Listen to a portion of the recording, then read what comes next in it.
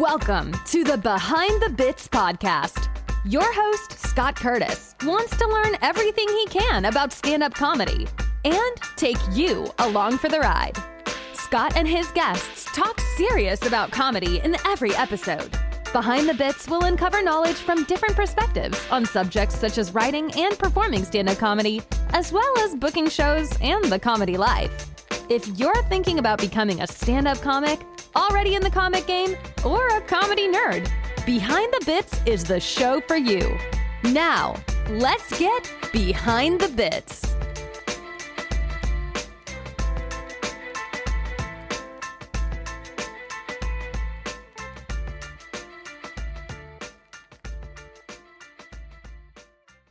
Hey, BKB buddies, this is part 2 of the Larry Hankin episode. As I said last week, this is a great talk for both me and Larry.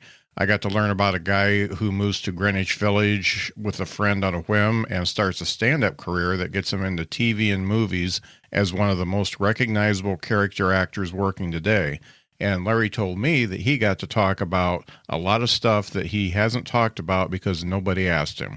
So this is a really good interview. I hope you enjoy part 2. Thanks for listening.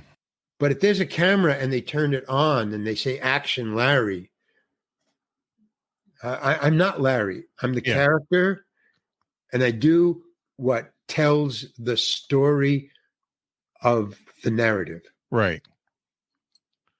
So with you talk a lot about the dyslexia and ADHD, which I've got a little bit of the ADHD myself. And how are you able to memorize your lines when you've got so many things going on in your head? Because that's a problem that comics have, and a lot of comics have ADHD because it's just kind of runs in our pedigree. But how do you have a system to know the lines and stuff like that? What do you do?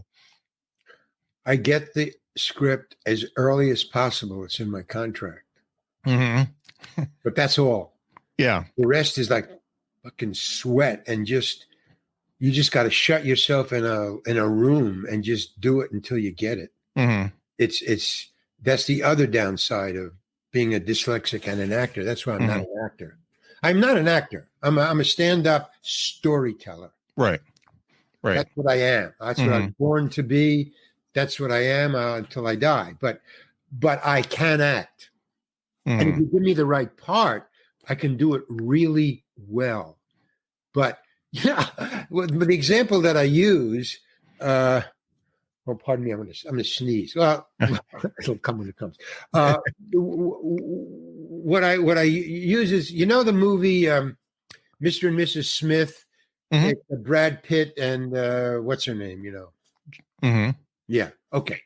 So they do this fight scene in the movie where they're in a house and they're arguing and they both have guns and they're shooting at one another and yelling at one another and liking one another and loving one another and hating one another and fighting and shooting. Mm-hmm. I can't do that. Yeah. That's acting. Yeah. I'm not an actor. So I know there's certain thing. I'll just turn it down because I can't do it.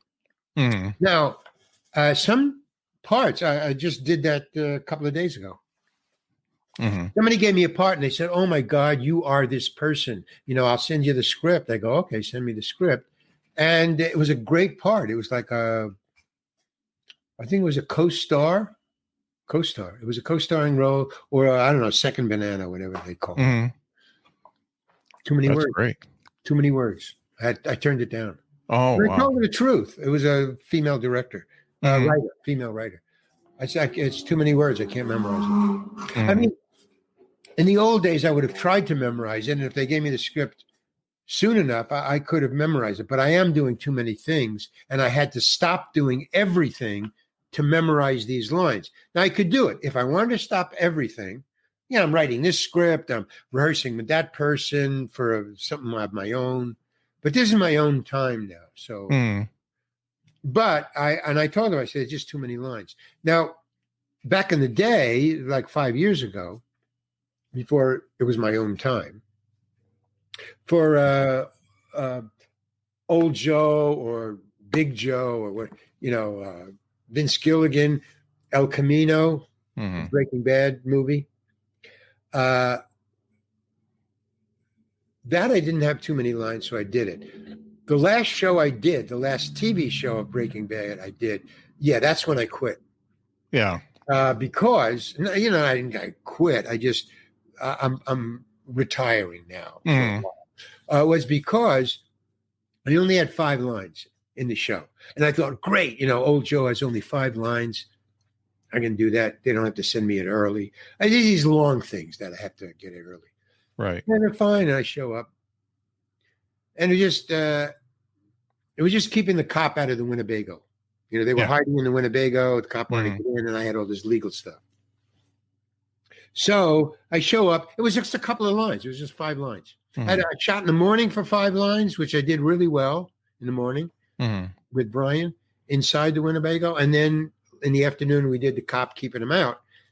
And so I have lunch, and I come back from lunch, and there's my new sides on the dresser.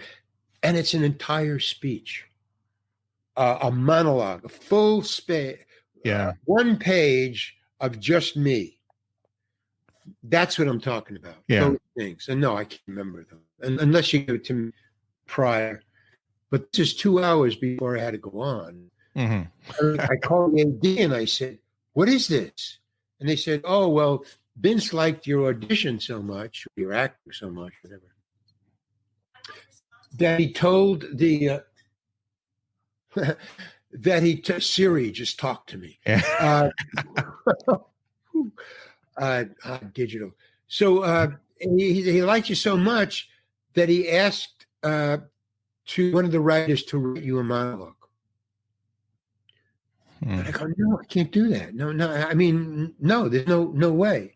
Well, and I start to freak out. I just started to break down. I go, no, you don't understand. AD just split. I got it's not my business. Uh-huh. How long do I have? 2 hours. So I tried to remember it. Nothing there. I couldn't remember it. So here's the other thing. Like I don't know. I mentioned this before, but I have no compunction about being fired, losing the job. I don't care. I've been here, done this. I don't care. And I'm not an actor. Mm-hmm. Okay. So I thought, all right, I'm going to be fired. But I'm not going to cop to it. I'm not going to say I can't do this. Yeah. That's unprofessional. I'm going to try to do this. So maybe I can improvise it. Uh-huh. I'm an improviser, 10 years improvising. And I try to memorize it. Okay. I get a knock on the door. You're up. You're on. Okay. I said, oh, let's see. But I also have a backup because I figured out how to do it if they shot it in sections, because you cut to you, cut to me, cut to him, cut to you, cut to me. If they chop it up like that, I could probably remember the sections easily or easier. So that's what I figured. Okay. So I go up to the director. He goes, oh, hi, Larry. How you doing? It's all jaunty jolly. He shot me in the morning. We were all cool. So, all right, this is going to be great. Okay. So I say, hey, by the way, I figured out how we could shoot this. He goes, oh, really? You know how to shoot this? The director says to me, well, how should we shoot this, Larry? And I said, we should break it up, see? And he goes, well, that's a good idea. That's really a good idea. But we're going to do a walk and talk, Larry. Get down there for 100 feet away from the camera and just walk towards the camera. We're going to do it in one take. Then you're going to go home. Just like that. So you'll be out of here in what? 15 minutes. He says, is that okay with you? Yeah. Yeah, it's okay. Anything wrong? No, it's fine. Okay, get down there. All right. Okay, I get down there and he goes, okay, you ready, Larry? Yeah, I'm ready. Okay, and action, Larry. So, okay, I'm going to improvise it. I'm going to improvise it. So I start improvising. Now, here's the one thing I got to say for me. In the entire walk of improvising, I got the first line perfectly right because I had memorized that. For the entire thing, I never made an or a or a mistake about. I never fumfered. Mm-hmm. It was just me talking, improvising legalese to the best of my ability. And I get there and the guy goes, and I'm thinking two things at the same time. I'm improvising, and I'm saying at the end of this, I'm going to be fired. But it's okay because I don't care. So it's okay. And I'm walking and talking and talking and talking. And I get down and he goes, cut. And I'm this far away from him. That's what, walk all the way down to here. I'm this far away from him. He says, great, Larry. And then I hear, I'm going to be fired. And he goes, let's just do it again just for insurance. I memorized the whole thing. Holy cow. And as I'm walking back, I said, fine. And as I'm walking back, I'm thinking, wow, well, now I don't have to worry, man. He's got it in the can. I can be, you know, I can lose my place or whatever. I can make a mistake. Okay, so he's, all right, you ready? And I go, yeah. And then I see the script girl walking towards me. Now, the script girl is not a girl. It's a woman. Mm-hmm. I don't know where they got girl from. But anyway, she's walking towards me. And you know what a script girl is? She has you. She's watching. She's got the script. You got to say it has it written. Yeah. So now generally they circle, you know, whatever the word or the sentence you left out. And I'm drunk and jolly, and I'm saying, okay, what did I miss? And she doesn't say anything, and she just shows me the page. Everything is circled. I've never seen a page like that. You know, I'm 20 years of acting. Years. Never seen a page like that. And she says, he wants, and I said, well, I got the gist of it. And she says, no, the director wants you to say it as written. I say, I want to talk to the writer. And she says, the director wrote it. I hear the director say, anything wrong, Larry? I go, no, it's fine. It's fine. And then I see him walking towards me with the book. And no, it's wrong. Everybody's walking towards me. That's not a good sign. You want to be walking towards them. So it's not, I knew, okay, I'm going to get fired. Okay, let's do this dance. Again, I go into Zen. I'm fine. I'm not nervous. He said, and he doesn't say anything to me. He just stands right by me and he says, okay, I'm going to give it to you from here. He yells to the cameraman. He says, don't you want to stand by the camera? No, I'm going to walk with my actor. And he's got the book. And I'm thinking, well, I even said to him, I said, you're going to walk with me? Like, this is kindergarten now? You know, it was just, I'd rather be fired. I mean, that's what I was thinking. I'd rather be fired. I can't do this. This is not fun, man. This is okay. Okay. And he says, you okay with this? I go, yeah, it's fine. It's fine. And he goes, okay, action. And he's walking with me and I'm doing the same thing. I got the first line right. I'm making it up. Boom, boom, boom, boom, boom. And he's walking and he's walking right out of camera range. He's right off my shoulder. And he's walking and I see he's walking with me.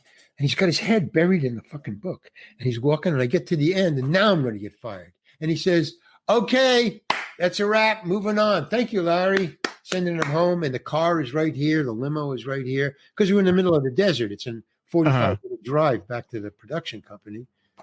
So the car's waiting. I can't even ask, what happened? Well, what did I do? I get in the car, I drive back, and I have to wait now.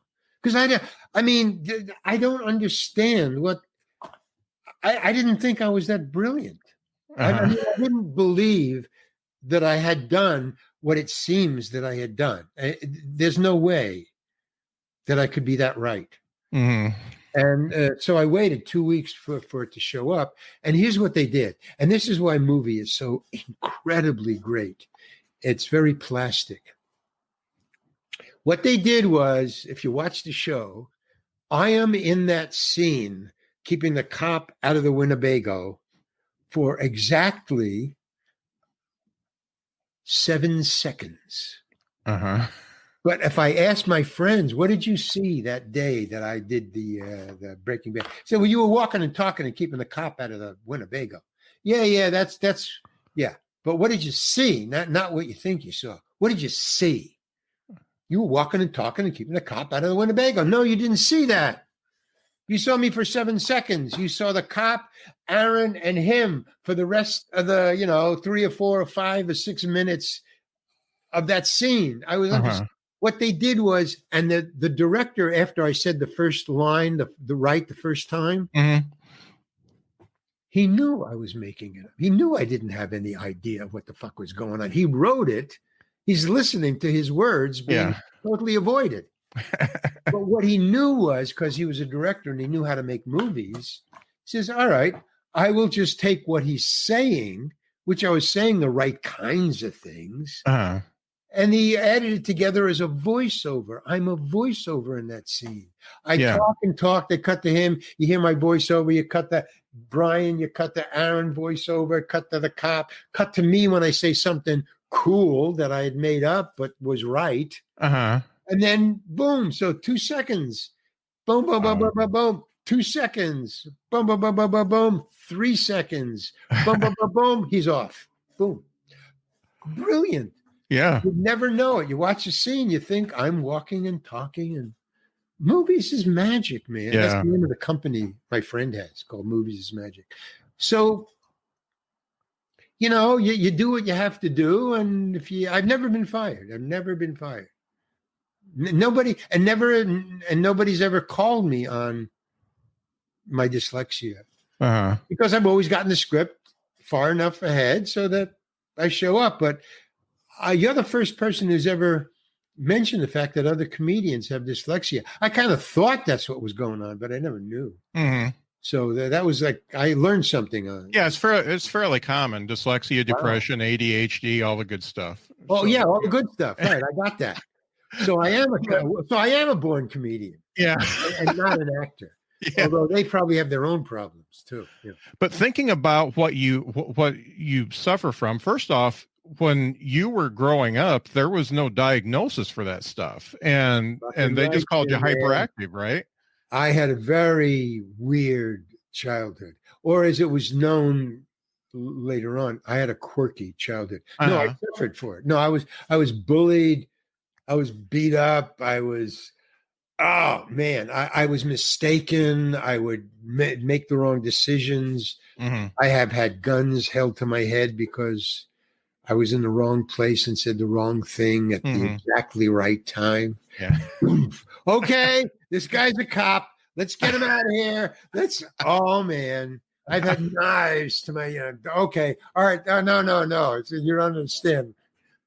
Yeah. That wasn't my childhood up until I went to college. Was a nightmare. But you would not be able. Okay, so let's talk about this short film you've got out. Well, the mockumentary, How to Become an Outlaw. I mean, you've got some what I would call like soliloquies in there that I know you probably would not be able to do if you didn't have the ADHD, because you are so good at thinking on your feet that you just stand up there and say it. No, thank you. Or it looks like that. Well, yeah. So thank you. Thank you. No, the clue that you just said was, these are my movies. I have all the freaking time in the world to memorize my own stuff. Yeah. And I don't do it until I have it memorized. So it takes me months for that stuff. Yeah. But I won't do it until I got it memorized. So nobody knows how long it takes me to memorize stuff. You just see me doing it. I mean, I have stuff in the film and songs that I've written that I've sung non-professionally. I'm not a good singer. Yeah. But, I write a song, I want to sing it. They're very, very long. But the way I would practice it is I get these I got this Dylan songbook. It's generally the best songs he's ever written in a big, huge, it's about that thick. Well, it's about that thick. A songbook. And I take his longest songs, some of them are 7 minutes, 5 minutes, and I'll play them until I memorize them, just to get my mind, because something already written, I've heard them sung, It's kind of in there. I got the rhythm. It's musical, so there's a beat to it. And that helps memory. So Shakespeare is not as hard as it is, as you would think, to memorize because of the rhythm of it and the beat and the excellent writing and the logic of how he lays it out. There's a form. So I would practice on Dylan songs, on long songs, to get my mind ready to now memorize what I had written. And so, I mean, in other words, I have all these things, but it's, how you deal with it, the preparation. It's preparation. It's process. To me, it's all process. What I talked to you about, how I got to my stand-up, that's process. How I get the lines months or weeks or days ahead. That's my process. When I was working for Bill Hader, and I wanted to work for Bill Hader. So when they called me, this is recently, about a year ago, I love Bill Hader. I think I love his sense of humor, his ability to improvise, his writing, his directing. The guy's cool, man. And I wanted to work with him. So when they said, hey, I didn't question, long speech, short speech. I don't care. I'll do whatever it takes to work with him. I'll be a professional when I get there. I don't care.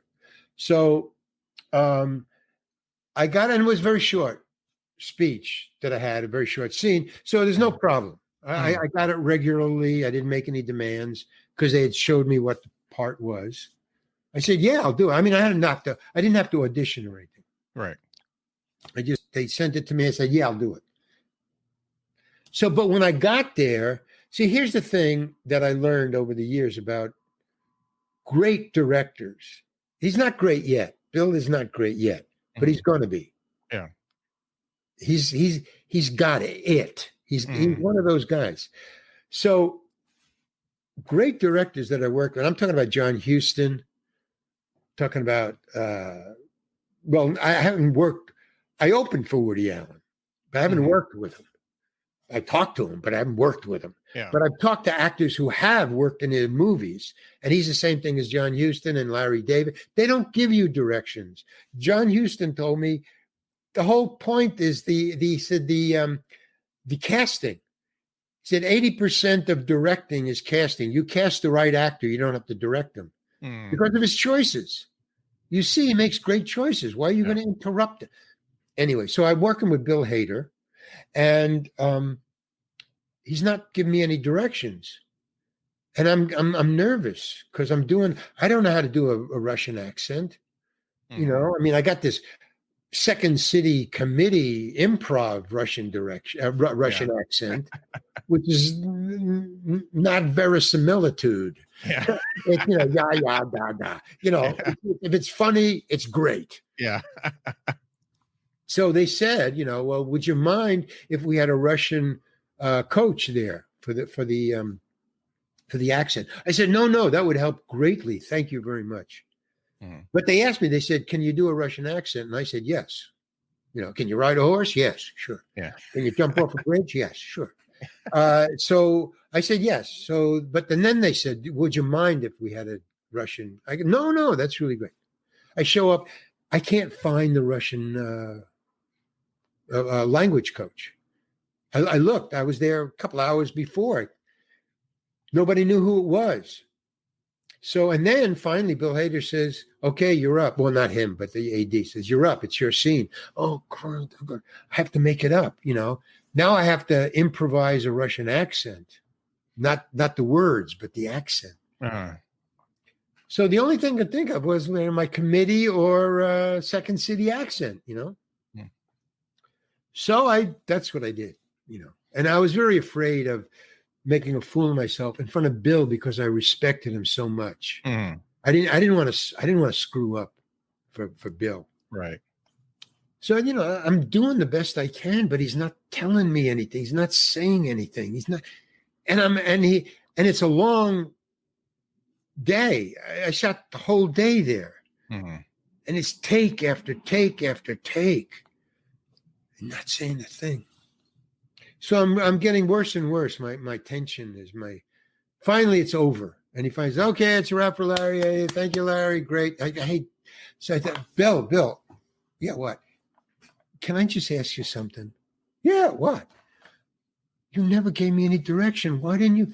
I mean, I was so nervous, man. I'm trying to do this accent. I'm trying to be good, but you never said anything. Well, I just wonder, why didn't you give me any direction?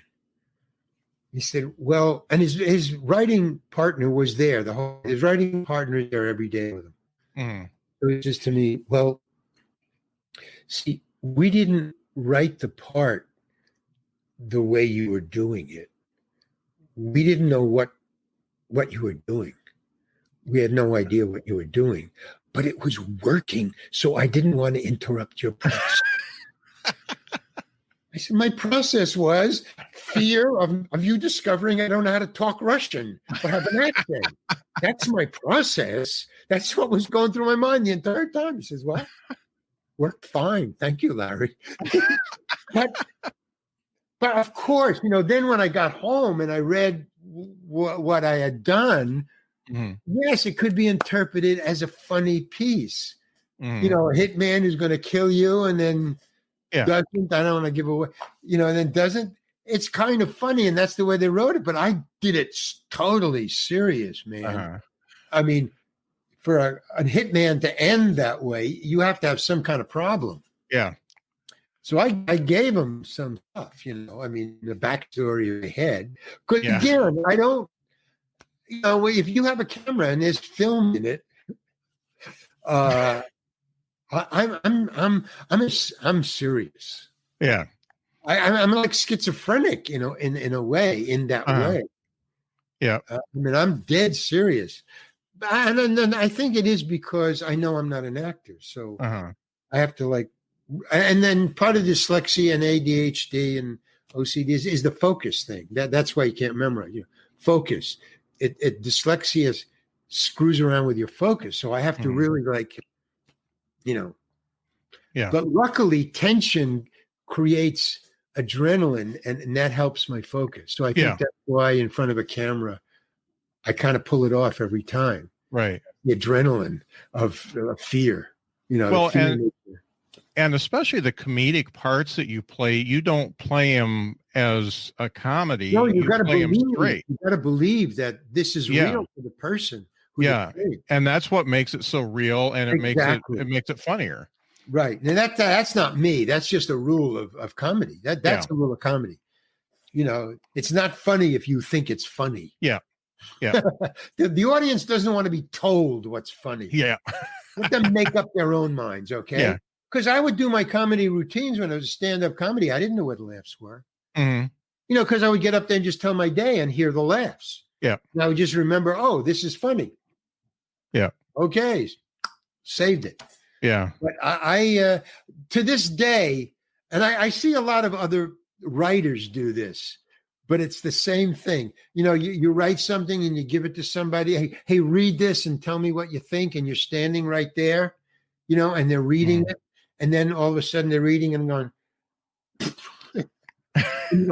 what's funny? What did you laugh at? What was that laugh? You want to know, because I didn't know what's funny. Right. I've done that a lot. I've tried to write something lately, and you give it to somebody, and they laugh at what? What did you laugh at? What was that?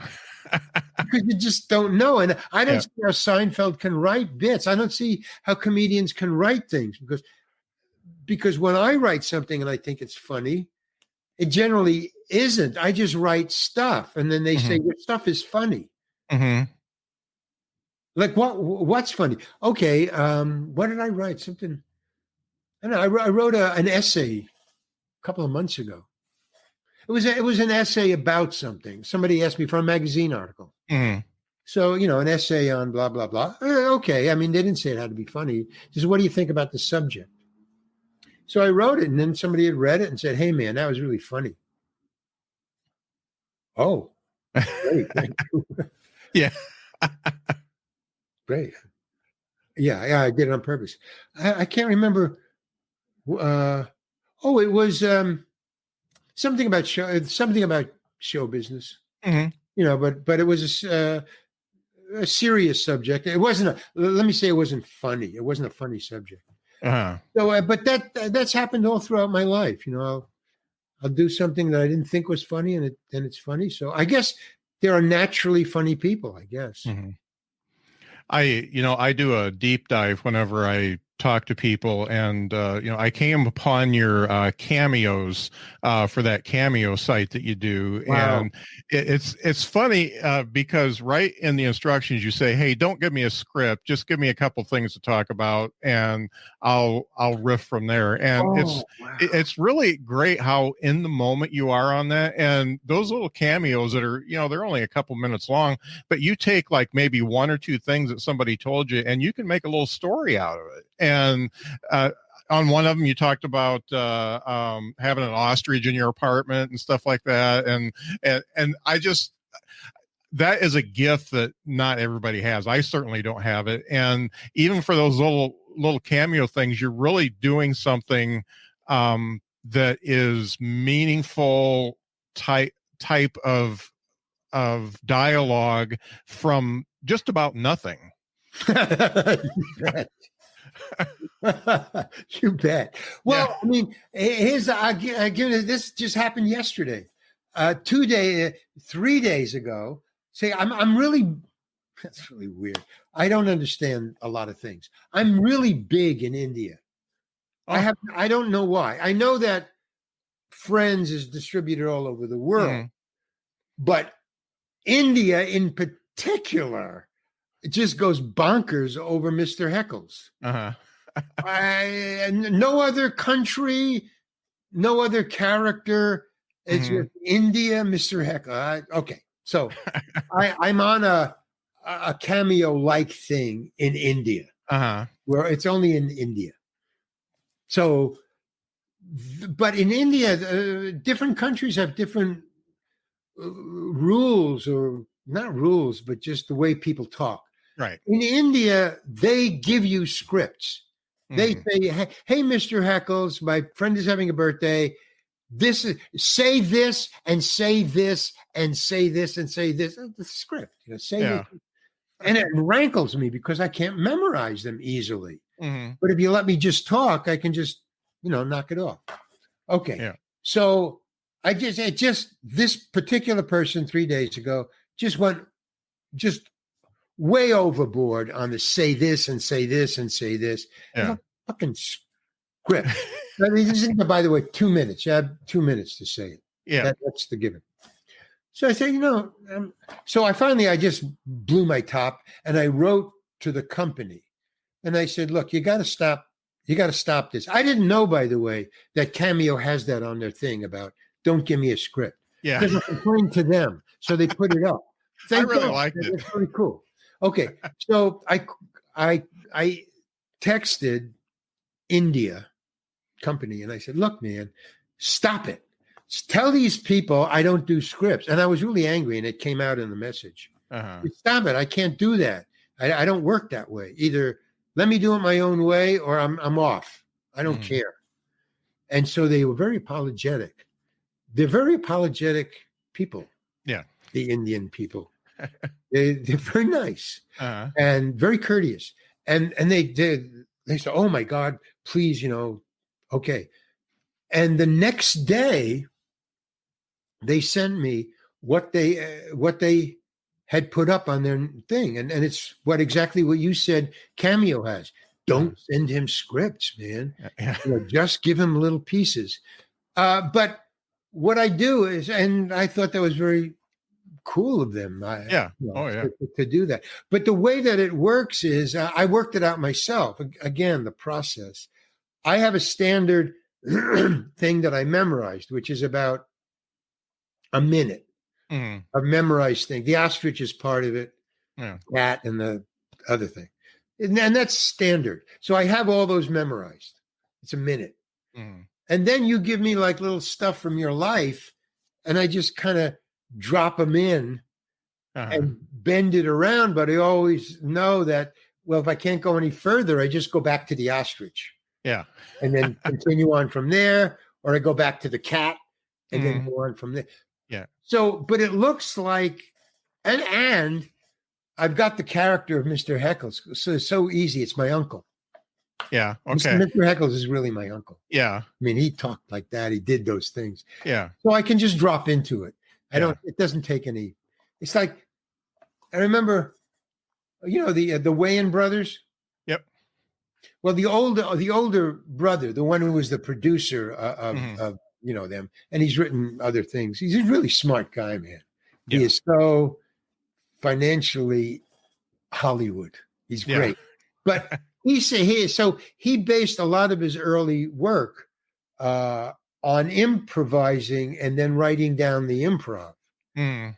But since he was dealing with his ghetto friends who, didn't have any laptops. Yeah. So what he would say, he'd get these groups of kids, of young people, not kids, but young people, to improvise because he wanted to write down what they were saying. He keeps on doing it. But they didn't know how to improvise. That takes a little technique. Yeah. So he said, and this is so brilliant, and in all my years of being in improv and Second City and the committee, I've never heard this. And he said, everybody can improvise. There's no way you can't improvise. I want everybody to pick their parents. And I want you to improvise a little piece. Be your father. You be your mother. You be your mother. You be your father. And do this scene. And everybody can imitate their father or mother. Mm-hmm. I mean, you're just imitating your father or mother. It has nothing to do with improv. You're just imitating. You're aping. Well, once you can ape, imitate, or improvise your mom and dad, which you can do, you understand, oh, that's what improv is. Yeah. You're just imitating something. Is this something or somebody, that's all it is. Now, if you're going to make a show about it where you're not just doing stuff in a cellar and somebody's writing down the best of what you're doing, not all of what you're doing. If you're going to do a professional show, there's a process and there's a technique. I mean, it's not imitating your mom and dad. Yeah. But it's for that you can do it. That you say that because I've always been afraid of improv myself, and I have a friend who is a big improv guy, and I would do stand up in between their improv shows, and he would try to pull me in to do improv with him, and I'd always just totally fuck it up. I couldn't do it.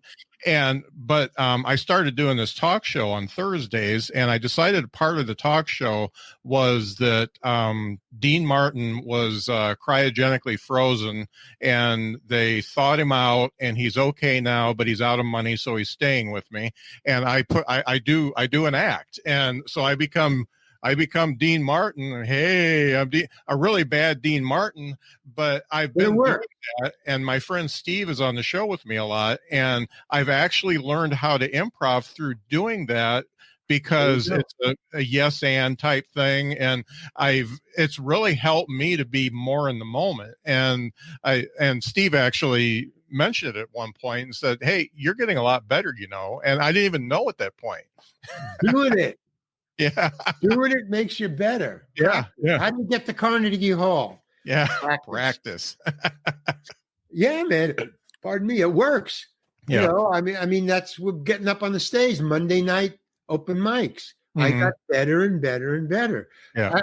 I just wanted to do it. I didn't, and I thought I could get a little better doing it, but I didn't realize that doing it really works. Yeah, it really helps. Yeah. So I've taken up a lot of your afternoon. I got a couple more things I want to ask you. First off, can you tell me how you came up with Solly's Diner? That was the short you did that you got the Oscar nom for. Well, how did I do that? Well, I grew up on Charlie Chaplin. That was my favorite guy. It just stuck with me. I mean, so I grew up on Charlie Chaplin. Okay, forget about that. That's like from 5 to like, say, 15. And then, you go on to other things and blah, blah, blah. Okay, so now I got into show business and let's see. Oh, I did Escape from Alcatraz. Yeah. And I got $35,000 to do that show. More money than I'd ever imagined in my entire life. Okay, so I got $35,000. I did the movie, great time. I paid off all my debts, which didn't have much. I was broke to begin with. I didn't borrow much money, and I got an apartment. And then I decided to take what was left of the money, which was $10,000. Actually, it was about $10,000. And I thought I would either throw a party and get a lot of cocaine and drugs, fuck myself up really cool. Yeah.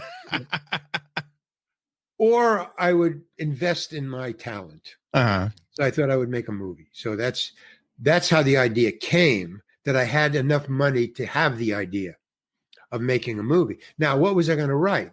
I didn't know, but it was $5,000. I'm sorry. It was $5,000. I had $5,000 left. But a friend of mine's wife, Anna Mathias, Harry Mathias was a cinematographer. Well, no, he was a camera operator.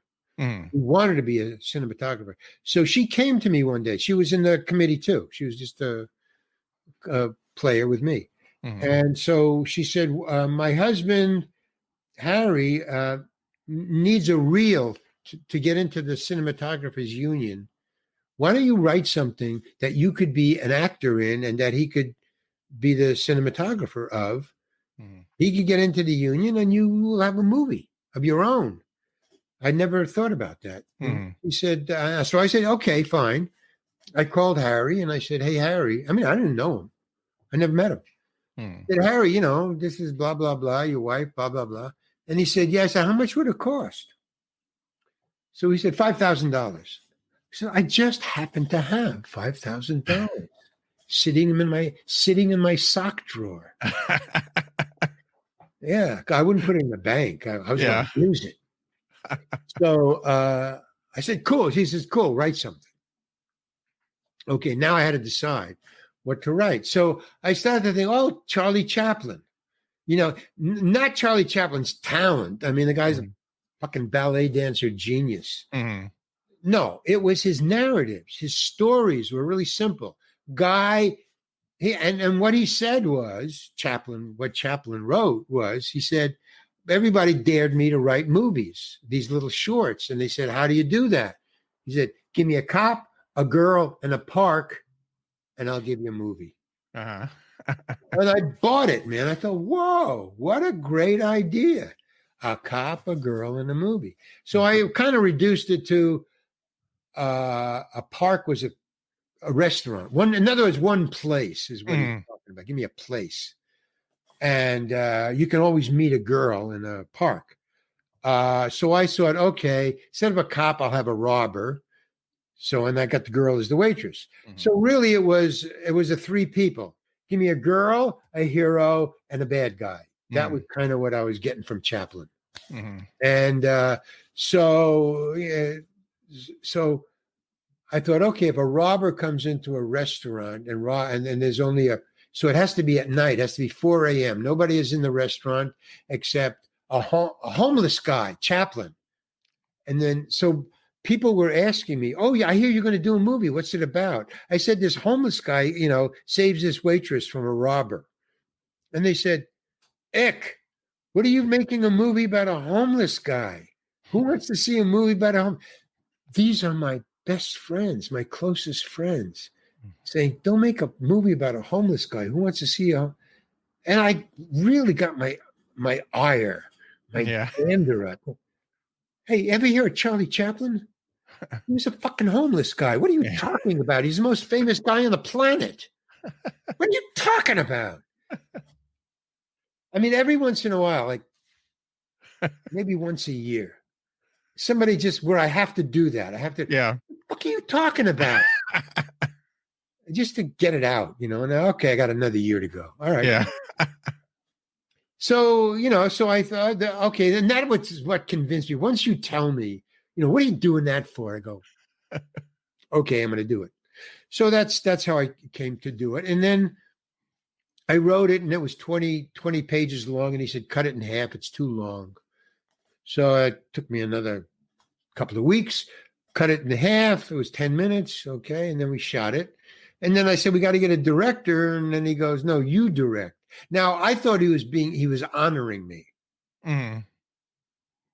I found out later, never take any suggestions from a cinematographer except where to place the camera. Because what he was doing was, he was saying, no, you direct, because he knew I didn't know how to direct. So when we get into the editing room, he can edit the movie so he gets a reel out of it. Yeah. And so we fought like my mother used to say, fought like cats and dogs. Yeah. No, we fought like editor and director. That's how and like cinematographers. I mean, I was threatening to burn the fucking movie. The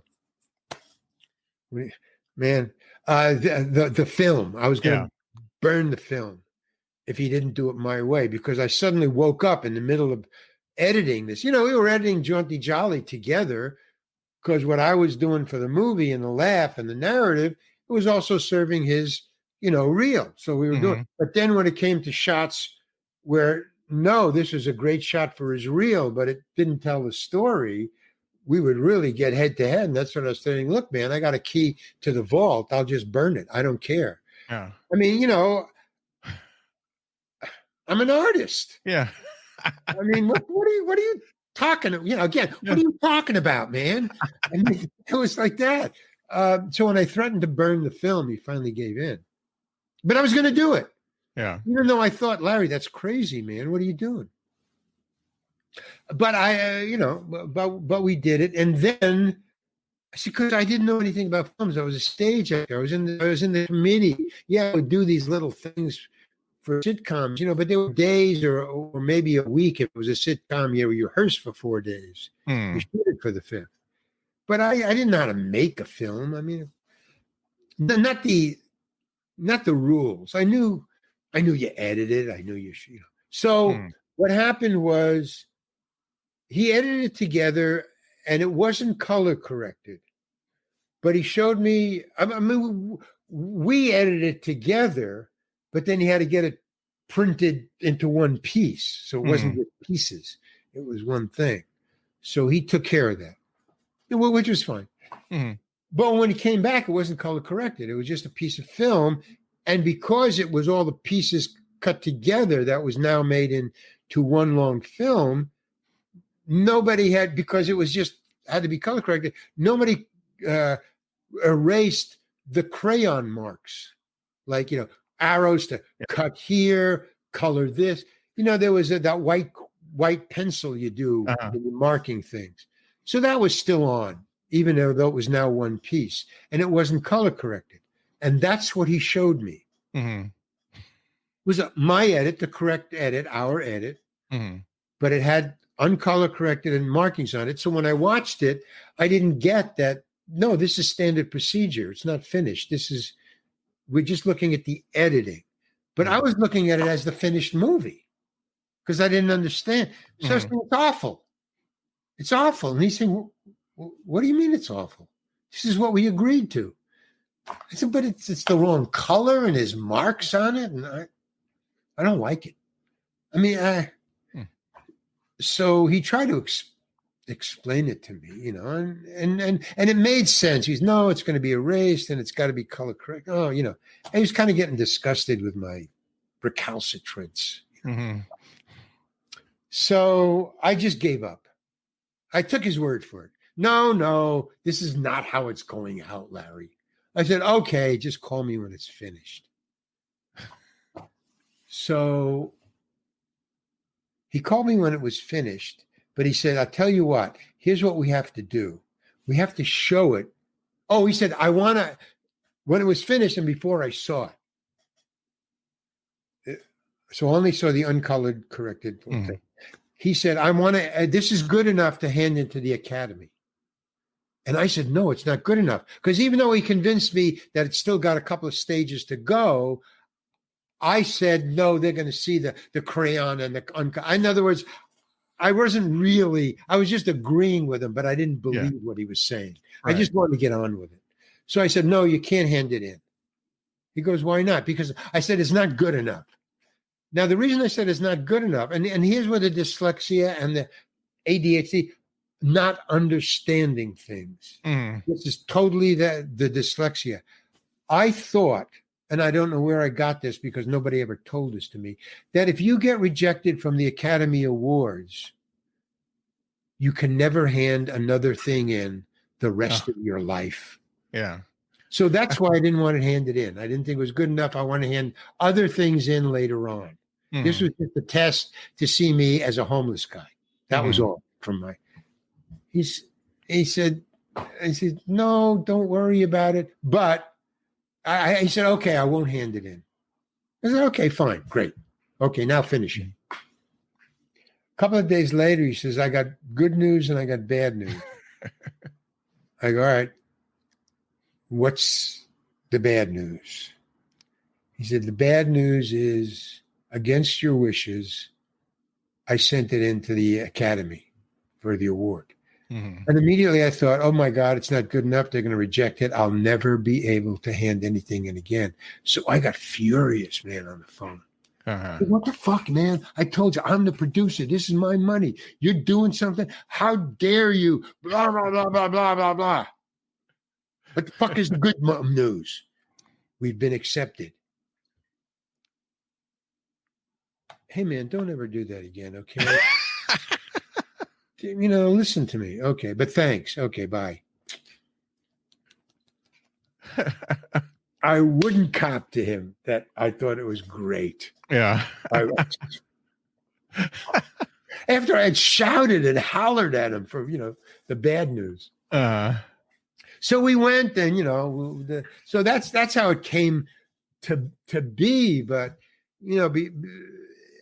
but now if I make a movie, I mean, all of that is gone because misunderstandings and not knowing and having to listen and sharing, so.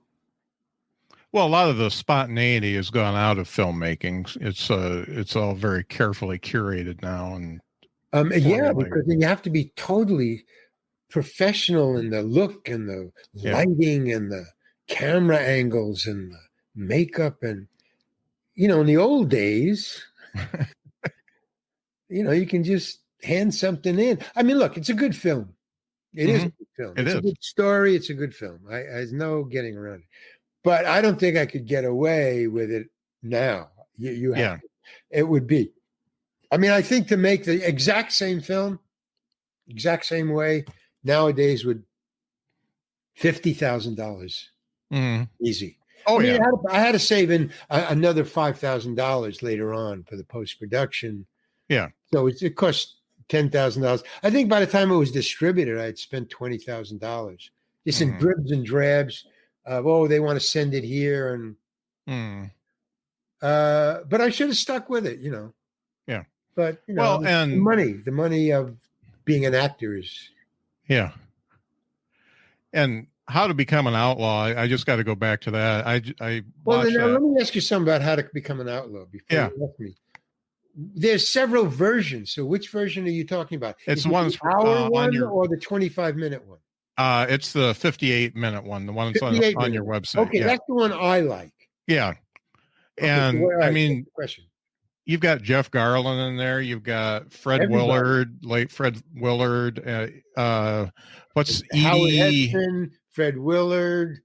Who else? I don't know. There's a lot of, but they were all my friends. Yeah. Because I was making it. Hey, Fred, can I come over your house? And I filmed it at his house. I filmed it at Howard's house. I filmed it at everybody's house. I was take my little camera and I would, Edie McClurg. She was hilarious. I went over. I loved it because it's funny, it's poignant, and I mean, you are super physical in that movie. I mean, when the two guys are hitting you, and you're getting turned around, and I love that. Yeah. And I mean, where I got that from? That's straight out of Chaplin. Yeah. Oh, yeah. Verbatim out of Chaplin. Yeah. I mean, it's just really cool how that went together. And it says right there that it took you 8 years to put that together. And, because it was a composite of about 8 or 9 different film shorts. But I always, and everybody laughed at me for doing this, but always, ever, the character of Emmett Demas was the character in my mind, the character in Sally's Diner, the homeless kid. I was about 30. I looked about 25. I was about 28. I looked younger than I was. So that character in Sally's Diner, when I was in my 20s, Emmett Demas, the star of How to Become an Outlaw, is that character grown up to be 70 years old in my mind. So when I made I saw that. And I was scared to say it because I thought you'd say, no, you dumbass, that's not right. But I thought I saw that. You're a smart ass, is what. Yeah. So that's really cool, because what I did, and nobody knew this, and everybody thought I was crazy because they didn't understand my reasoning. But after I made that, I retired from making movies because I want to concentrate on acting and make some money and save up so I can make my films later. So I forgot about that. And then I grew older and my hair got white. So I said, okay, that guy's now older. He's now Emmett Demas. He wants to ride a motorcycle. Okay. But every time, so I'm only going to make a movie about one character, just like Buster Keaton always played one character, like Charlie played one character. I'm only going to play one character. Okay. So it was an older guy, like Fuzzy Q Jones. Yeah. So I thought, okay, but I will only do the character in an episodic adventure that has a timeline that is in my head. So if I'm doing Emmett Demas stealing a motorcycle, okay, in my head, I make a mark. He stole a motorcycle here.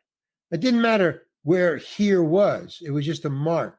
And then every other movie I ever made, and I made like 20 or 30 about Emmett, every other one either came before it or after it, or before. Okay. But it was always around that mark. And then when I made this one, then the one that I made next either came after it or before this one. So every movie in all those 28 movies, they were on a specific timeline in my head. I didn't know how much time had passed or how little, but in my head, I would say, okay, the last movie I made, he was doing this. Okay, so if I'm going to make this movie, is it here? And I'd have to adjust the timing, or it's going to happen here. Then he has to be before that happened. So I'd have rules about what had happened before that, what he knew here, and what he knew here. And that was always in my head, but nobody else knew that. And I never wrote it down. So nobody knew exactly where he was coming from, but I did. When I made How to Become an Outlaw, I then took, this was over a period of seven years. I then took I took about the 10 of the best of the 28 movies of Emmett Demas. And I said, now I'm going to put them together. I'm going to connect. I'm going to attach the timeline. So I took this one, and what you saw, if you look, you see the different styles. There's different cameras. There's different editing. There's different. Some are in 480, some are in 880, some are in 440. I mean, they're all over the map. And I said, I don't care, man. Screw you. This is for the Museum of Modern Art. Get out of my way. I'm just doing what I do. I make my movies for me. But it had a narrative that followed, because in my head, I always knew where it was going. What you saw was the compilation. I just put it, and I made an hour movie out of 28 film shorts that I had made, knowing full well that it's going to work. It has to, because the narrative would always follow. It definitely followed the narrative very well. So I've been afraid to show it to people because of the different styles. But nowadays, because of the documentary documentaries are really big now. Yeah. Well, documentaries, you shoot it on the fly. Sometimes it's in focus. Yeah. Sometimes, you have to, it's a hidden camera. Yeah. Sometimes it's a formal thing where you have a background and everything. So I started to see as, documentaries became popular that, they were stylistic mishmashes. It was the narrative that counted. It was about who this was about that you were following. Yeah. So that's how it came about. But I'm glad you liked it, man, because it was totally an experiment of Larry Hankin. It wasn't for public consumption. I'm glad that you thought it was cool. I'm glad you put it up there because I really enjoyed it. Cool. Great. So the last thing I wanted to ask is, I'm understanding, you talked about your quirky childhood and the fact that, you've got these things that could be an impediment to somebody, the ADHD, the OCD, the dyslexia and stuff like that. If you had a 22-year-old kid come up to you and say, hey, I want to get in the show business, but I got all the same shit wrong with me that you got with you, what advice would you give them? Figure it out, kid. Yeah.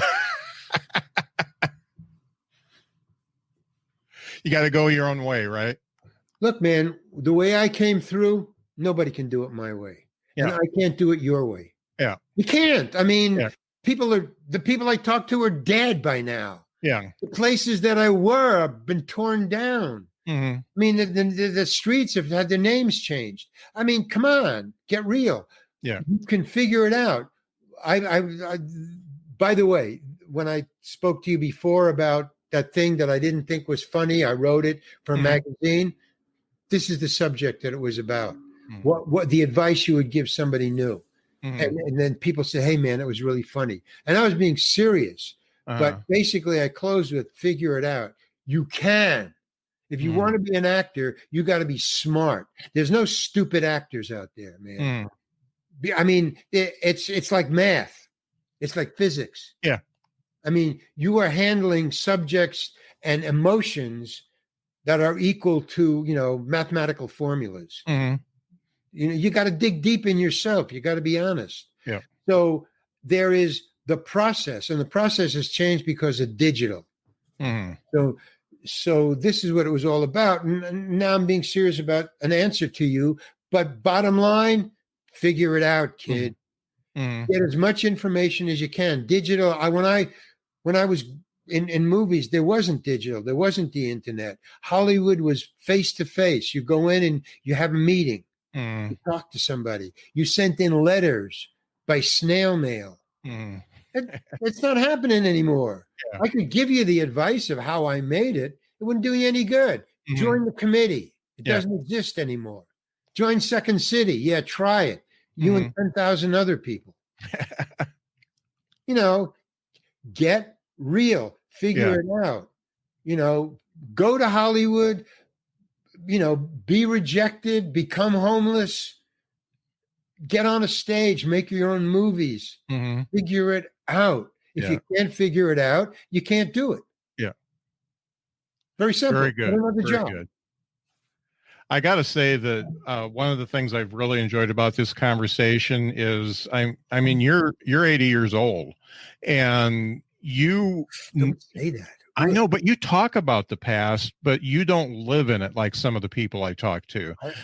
You don't let nostalgia run your life. You are still thinking forward. You're not bitching about the fact that you have to be in front of a camera talking to me for 2 hours and stuff like that. I really appreciate that about you, because you're still thinking forward instead of thinking. Okay, let me just note that.